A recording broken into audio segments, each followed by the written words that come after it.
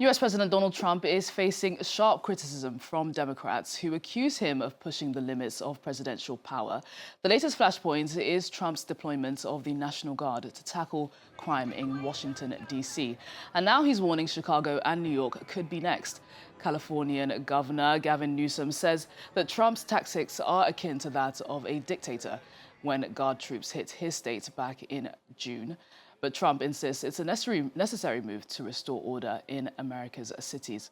Well, to help us better understand the situation, Tristan Cabello is a historian and lecturer at Johns Hopkins University. He joins me now. Thank you so much for coming in to talk to us about this. Thank you. So Trump has painted Washington, D.C. as a city spiraling into lawlessness. He claims it's overrun by violent gangs, and that's why he's taking these extreme measures. But what's the situation like really on the ground? Well, no, it's not at all the way Donald Trump describes it. Actually, crime in Washington, D.C. has been decreasing. We've seen Mayor Bowser, who is a Democrat, running the city. We have to say that Mayor Bowser is actually in a hybrid situation in Washington, D.C. because she is indeed the mayor, but Congress has a lot of power in Washington, D.C. because it is a federal district. So Mayor Bowser has been very clear. Crime has been declining in Washington, D.C. over the past 10 years. There was absolutely no need for the National Guard to be sent over there. There was no need for the National Guard to be sent also in California. Trump is using a loophole in the law, in the Constitution. He has the power to send the National Guard if there is an emergency.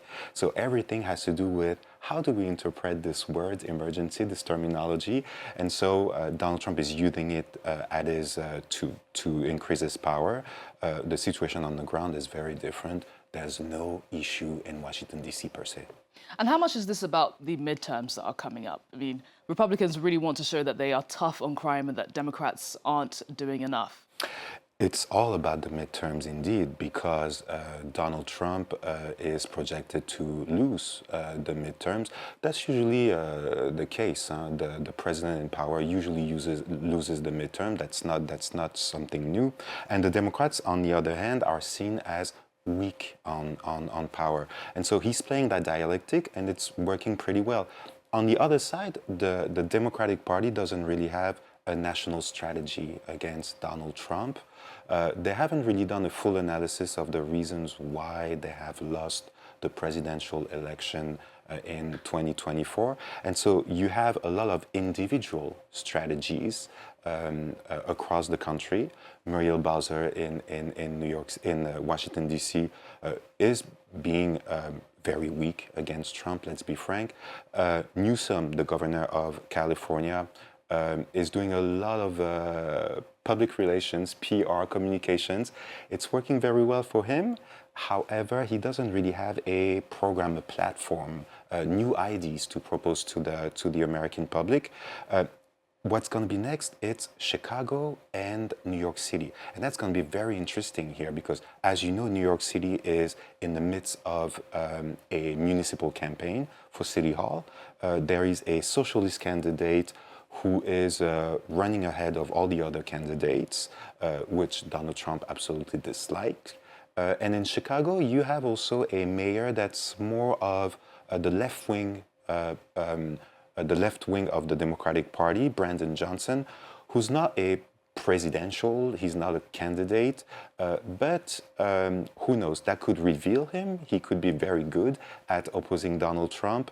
So it's really what's next in the fall. In the fall, it's going to be fascinating to see those people, those different people, Zoran Mamdani in New York, Brandon Johnson in Chicago. How are they going to oppose Donald Trump?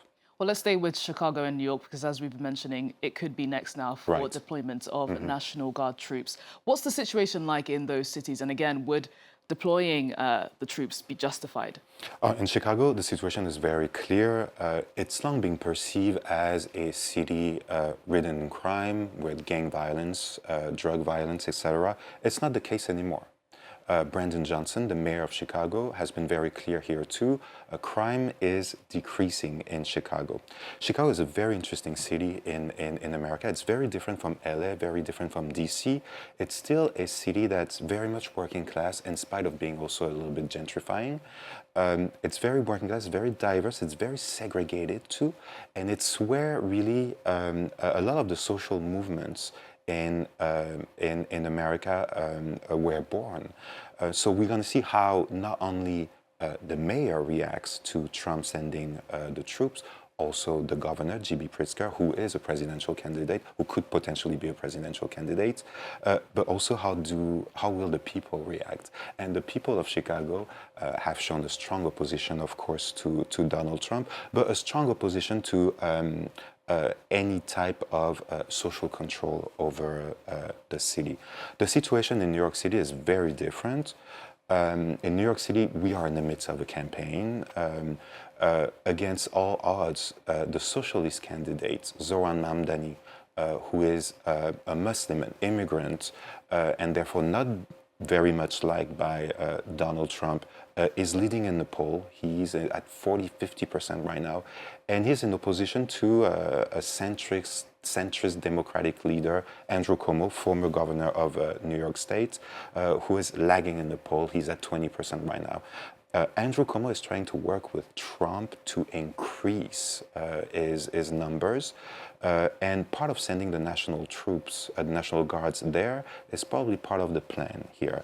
But unfortunately for him, it seems that young people, people who are in need of change, people who need fair housing, public supermarkets like Zoran Mamdani wants to do, are really backing Zoran Mamdani, and he's leading in the polls and probably set to win in November. And just briefly, a last question to you.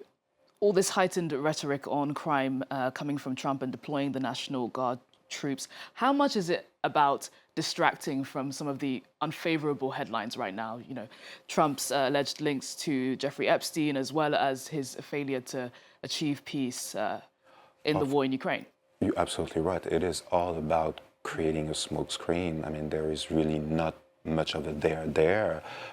And he's also naming the enemy from the inside, from at a domestic level. And the enemy is what? It's the Democrats.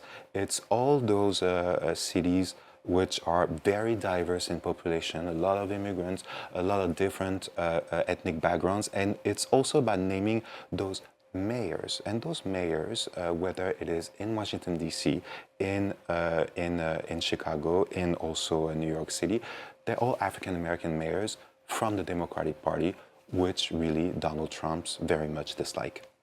Tristan, it's great to talk to you. Thank you so much for breaking down the situation for us in the US. Really great to have you. Thank you.